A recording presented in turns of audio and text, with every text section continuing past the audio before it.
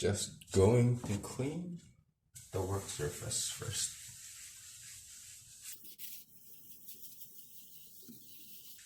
Make sure it's squeaky clean. Don't wanna eat dirty bread.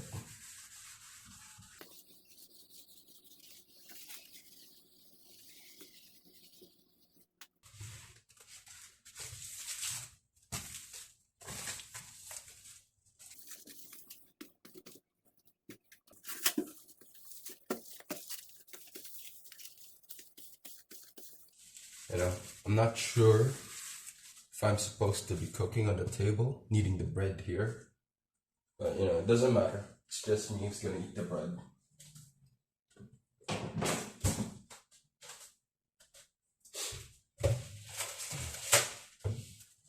And I've been fine the past few days that I've been making bread, so maybe it's safe, I don't know. I clean it pretty good, I think. Some water. Just to make sure there's no soap residue.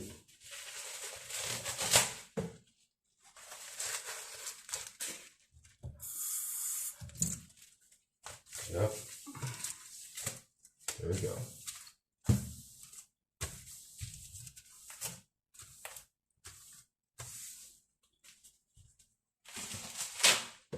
Last tissue paper, just to dry it off.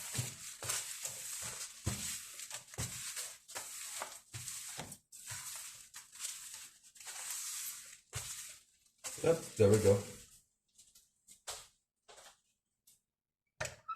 So guys, first improvement.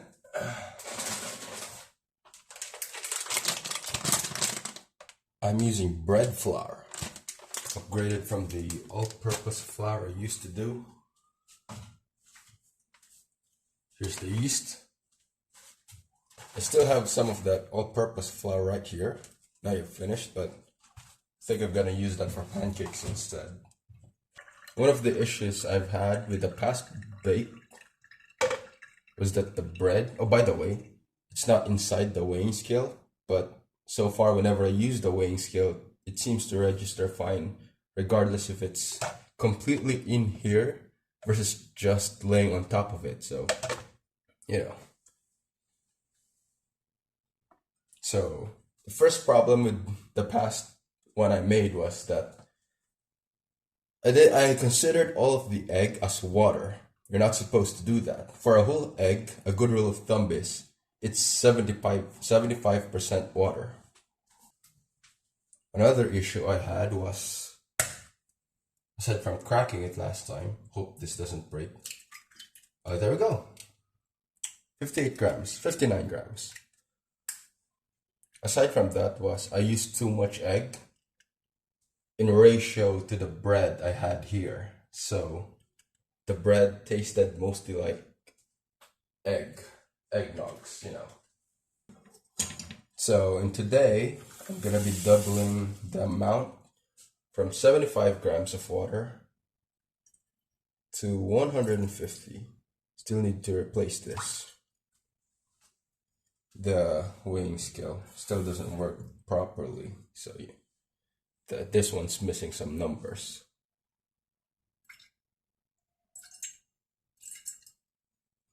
Oh, perfect.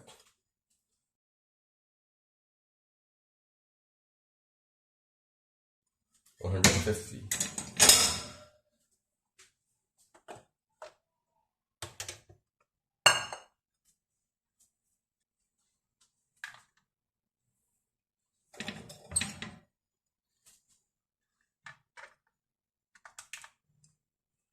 Next up, we're gonna be adding the yeast. 3 grams. Oh, whoops. We have to remove some of that.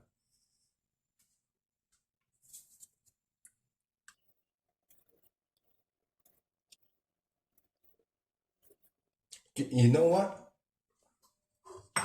Let me just start over.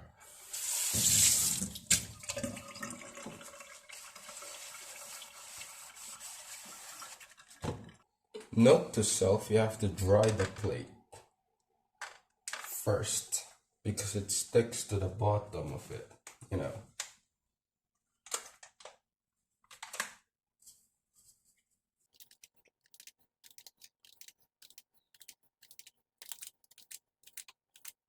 I'm always so surprised with the amount of yeast I have to put just to get 3 grams or 1.5, since I'm doubling the amount of everything right now. Yeah, there we go, 3 grams.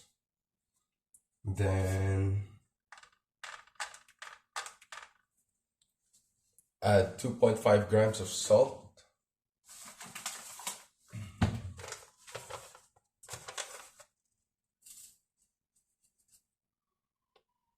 Well, rather 5 grams, since we're doubling everything. There we go.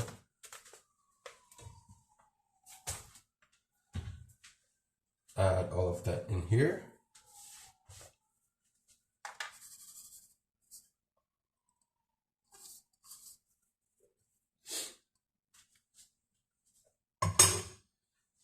Then we're gonna add 250 grams of bread flour.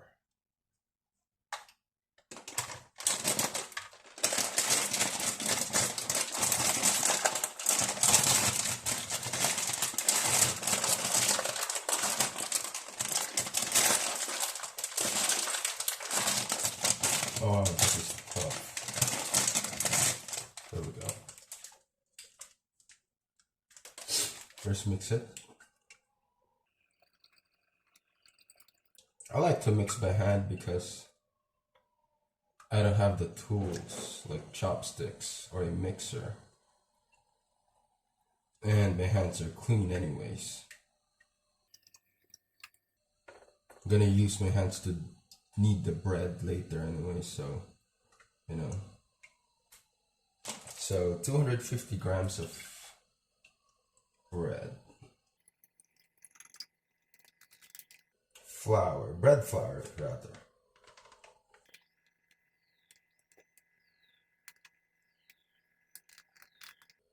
Oh, a bit too much.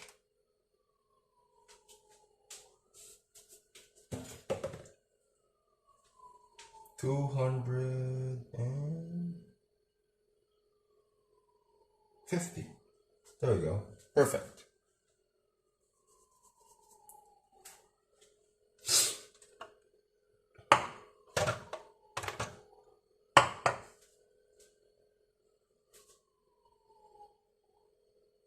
Another problem I had last time was, aside from messing up the ratio of the water, eggs, and flour, was that I didn't let it soak for a long time. Because when you're using eggs, you're supposed to allow the bread flour to absorb the water for a longer period of time. Apparently. As of now, day 4, I'm not sure why. Looking at it now, I wasn't too far off yesterday. I think I just panicked because there was a different consistency to the mixture when I added egg. It's not too bad.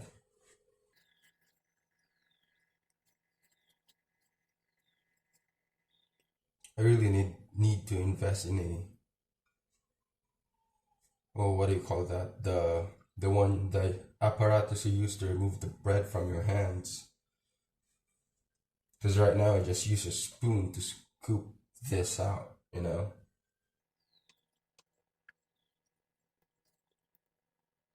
And right now there's no spoon available right in front of me, so just gonna have to bear with it.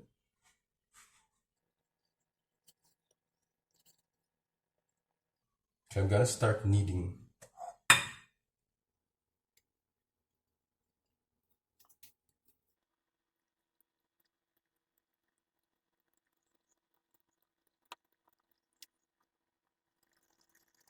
Time to semi-clean up the surface by letting the bread absorb all the bread flour that got away. doesn't just clean up the workspace, it also conserves the bread so that not too much goes to waste.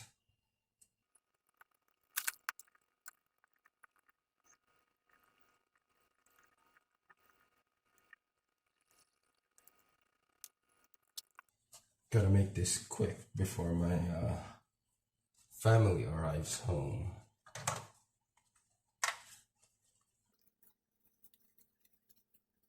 So that they don't get bothered with the whole bread making process. And also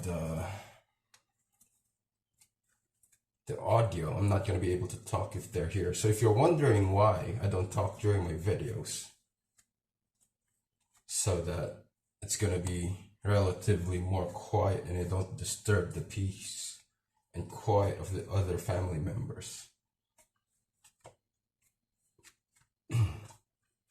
Just a quick note later of when I'm proofing the bread. For the past few days, I've been proofing for just 10 minutes, less, sometimes more. There was this one time where I went to the gym and just left it to proof.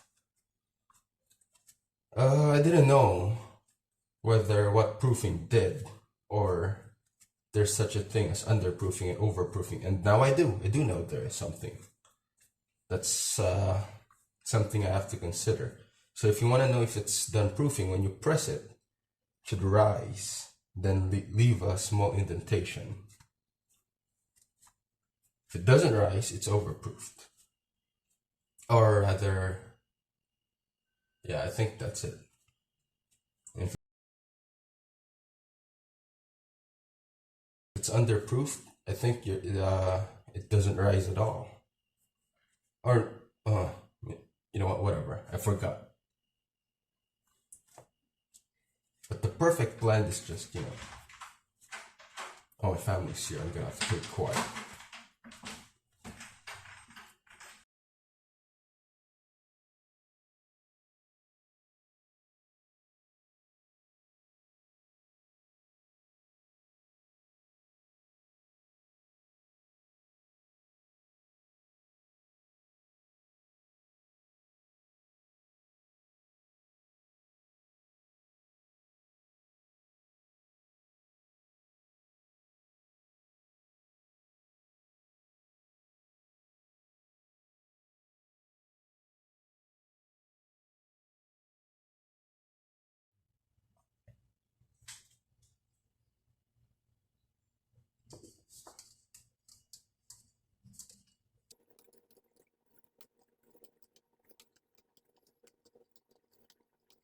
Time to knock the bread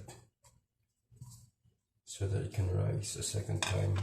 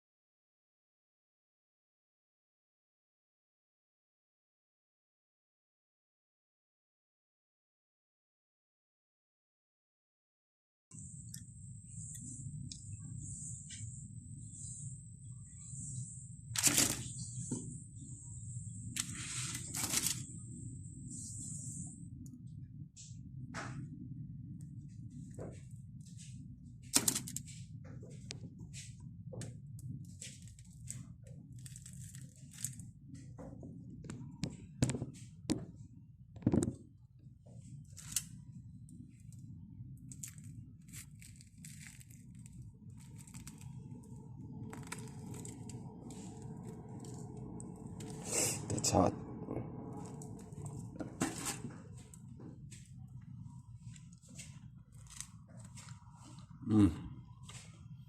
The texture is a lot better. The exterior is not as hard. Using a lower temperature at the oven really helped out a lot. The past few days the exterior has been too hard and a bit burnt.